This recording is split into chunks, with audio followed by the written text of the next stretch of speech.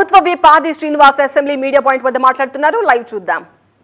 మాట్లాడలేడు కానీ ఆ అంశాన్ని నిన్నటి రోజు సభను తప్పుదారి పట్టించే విధంగా తను ముఖ్యమంత్రి రేవంత్ రెడ్డి గారిని దృష్టిలో పెట్టుకొని నేనే కాంగ్రెస్ పార్టీలో రమ్మని ఆహ్వానించినా మీరు ముఖ్యమంత్రి అవుతారు, మీకు చక్కటి భవిష్యత్తు చెప్పి తీసుకొచ్చిన నేననేటువంటి వ్యక్తిగత సంభాషణను అసెంబ్లీలో ముందు వారు ప్రస్తావించిన తదుపరే ఆ వ్యక్తిగత సంభాషణను కొనసాగించే క్రమంలో మల్కాజ్గిరి నుంచి ఎంపీగా పోటీ చేయమని చీఫ్ ఎలక్షన్ ఏజెంట్గా ఉండి గెలిపించుకుంటా అని చెప్పి తీరా పార్టీలోకి వచ్చి టికెట్ వచ్చిన తదుపరి నన్ను అడ్డు పెట్టుకొని ఈరోజు పార్టీ మారి మంత్రి పదవి తీసుకున్న సందర్భాన్ని ఉటెక్కిస్తూ మా వెనుకున్నప్పుడు జరిగిన మోసం మీ వెనుకున్నప్పుడు జరిగేటువంటి మోసాన్ని జాగ్రత్త చూసుకోమని ఒక సూచనగా తీసుకోవాలి తప్ప దాన్ని వ్యక్తిగత ప్రతిష్ట తీసుకొని దాన్ని మొత్తం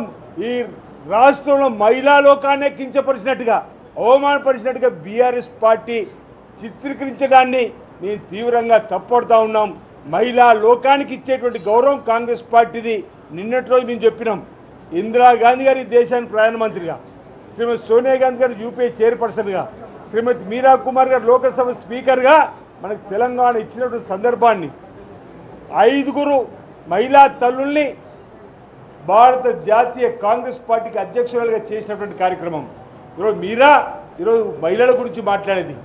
ఈరోజు ఇదే సవితా ఇంద్రెడ్డి గారు గతంలో కాంగ్రెస్ పార్టీలో ఉన్నప్పుడు అప్పటి సీఎం కేసీఆర్ గారు మేడం డికే అరుణ గారిని వ్యక్తిగతంగా విమర్శించినప్పుడు కేసీఆర్ను కేటీఆర్ను మహిళా లోకానికి క్షమాపణ చెప్పాలని చెప్పినటువంటి వీరు ఈరోజు మళ్ళీ ఆ పార్టీలో ఉండి ఈరోజు రేవంత్ రెడ్డి గారిని వ్యక్తిగతంగా విమర్శించేటువంటి కార్యక్రమం చేయడాన్ని మేము తప్పుపడుతూ ఉన్నాం.